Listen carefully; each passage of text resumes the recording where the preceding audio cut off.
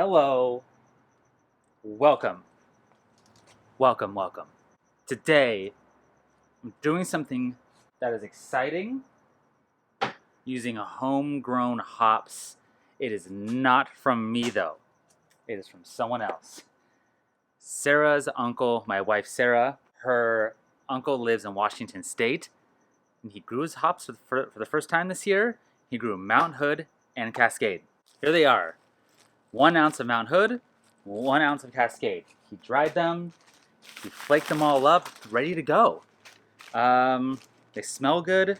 The only problem is they were sitting outside in the heat, fucking good, like 4 or 5 hours in 100-degree weather. But don't worry about it. They were in the box still. They were really warm, but that's not a problem. They're still going to be good to use. I have a feeling. I'm very excited. Obviously, I don't know the alpha acids of these things, and I'm just going to go for it. This is the second or third time I've ever used homegrown hops. I did do a video on how to grow hops. They never grew. I bought more hops the next year. They never grew. I think it's really hard to grow hops here in Southern California and Los Angeles area in particular. So I think it just gets too hot. Regardless, I think Cascade, I've heard, is the best hop to grow universally.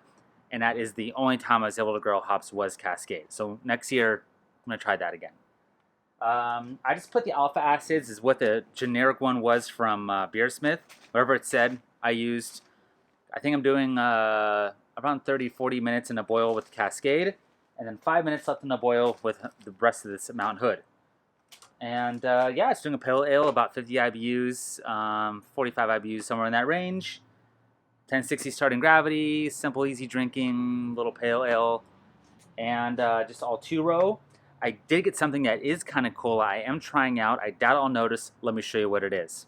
These packages are Origin Malt Brewing Company. And they were about, I think they were half a pound each. So SRM is 9 to 15, and this is Munich. And then this one's SRM of 3.5 to 5, and this is Chinook Pale Malts. So I never heard of Origin. I got these from Sherwin from Brew, our beer company. He's like, hey, you want these? I was like, sure. So a pound of my 6 pounds I'm using is this. We'll see if it adds anything to it. Again, I probably won't notice, but why not, right? Just use some whatever ale you used to have lying around. Keep it really simple, just really, really easy. I want to see what, I really want to see how these taste. So yeah, let's just, let's just start the brew day. The same thing as usual.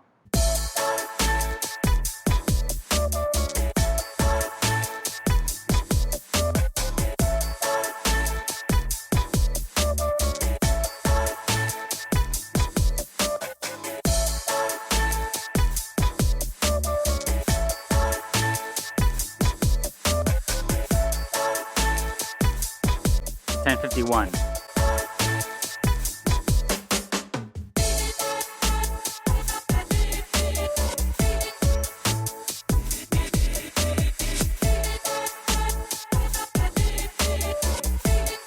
Completed. I got some USO5. Pretty simple brew day, really. Nothing went wrong. I did have a little extra here. I will take a gravity reading on to see how it turned out. If I get anywhere around 1060, I'll be happy. My volume seemed to be about right on my for what's remaining in there. So let's see, 1060 to be exact. That's one of the most probably efficient, smooth sailing brew days I've had since using the new system.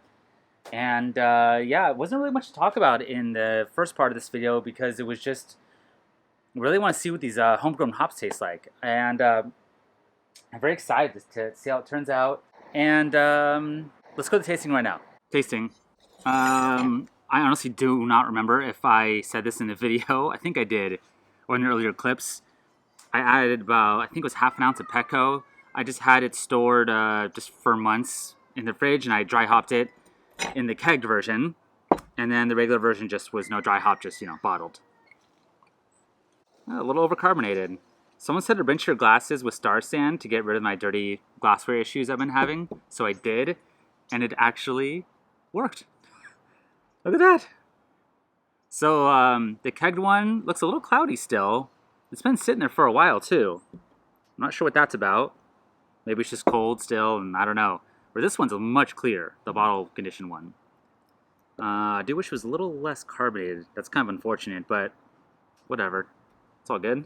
Could be just this bottle too. Wow, the smell on these is much different. This one just smells like nothing. It just like smells like beer. And I probably should have dry hopped it. If I had more, I would have.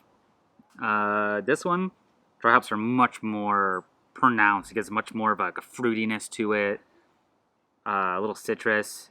The dry hopsiness is much better already just off smell. Let's see how the taste goes.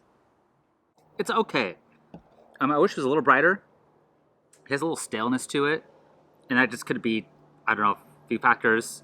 Maybe the hops being transferred in the heat was the issue. It's a little flabby and a little bit estery in not a good way, like a little banana sort of Belgian thing going on. I don't hate it, but I don't love it.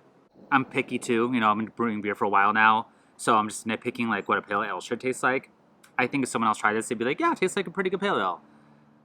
I don't think we would win awards or anything. A little bitter tang at the end, a little peppery. The hop combo was a weird also decision too. Two sort of different hops, so I knew the risk in that sense. Pretty good effort for the non-dry hop one. Now let's see the dry hop one tastes like. Wow, much more pungent flavor. It's a little off still. There might be some diacetyl in this, just a little bit.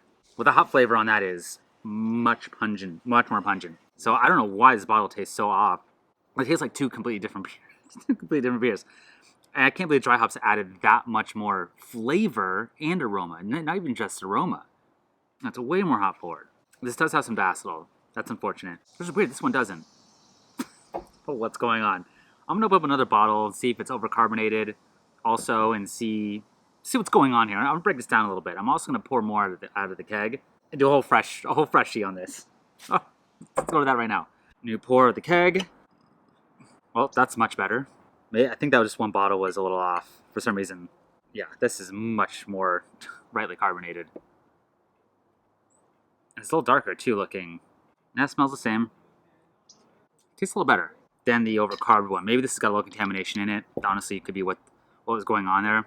A lot cleaner. Yeah, that's definitely more drinkable. But it definitely has no diacetyl, which is so weird. All right, let's see what this one is. God, those hops are so much more pungent. It's possible the dry hops were also were pretty old, even though they were vacuum sealed. They were frozen. I think they were like 5-6 months old. Maybe somewhere around there. So it's possible that the hops just got old and whatever added to it in the keg, it just got a little bit off. It's possible it's slightly oxidized too, maybe during the kegging. It has that slightly like diacetyl-y moldy carpet thing, just a little bit. I always call that with my beers that are a little bit off, especially maybe a little oxidized, a little diacetyl. But it's very minor actually. I mean, it's definitely drinkable. Yeah, it's not too bad. But there you go. Interesting. What really shocked me is how much the dry hops changed out the beer in flavor too.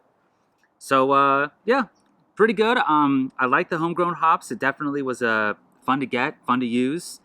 Interesting hop flavor combo. I don't think I would use that combo again because it's still weird. But I'm glad I did. So there you go. Thank you for watching. Like, subscribe. Merch is below. This is a merch. This is a shirt. This is one of them. I'm gonna add some new stuff, new shirts if they're not already up there. So yeah, take a look below and see if suits your fancy or not. Either one. See you next time.